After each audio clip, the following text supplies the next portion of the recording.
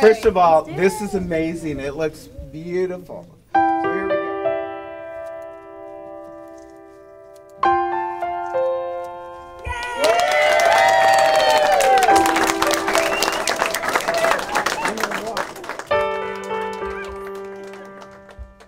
We had the rain garden dedication for Carlos Galindo.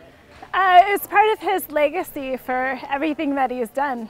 Like with PPS and teaching, he's spent over 25 years teaching, and for everything that he's done and all of his accomplishments. Well, this is amazing. I mean, it's such an honor to be recognized, you know, losing both legs and having a transplant doesn't define me.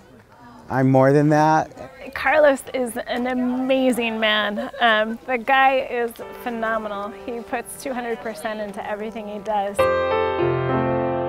Like the rain garden, you know, it will recycle the water to keep all the plants growing. And in one way I have been recycled to continue life and to continue the life that I had, which was a great life.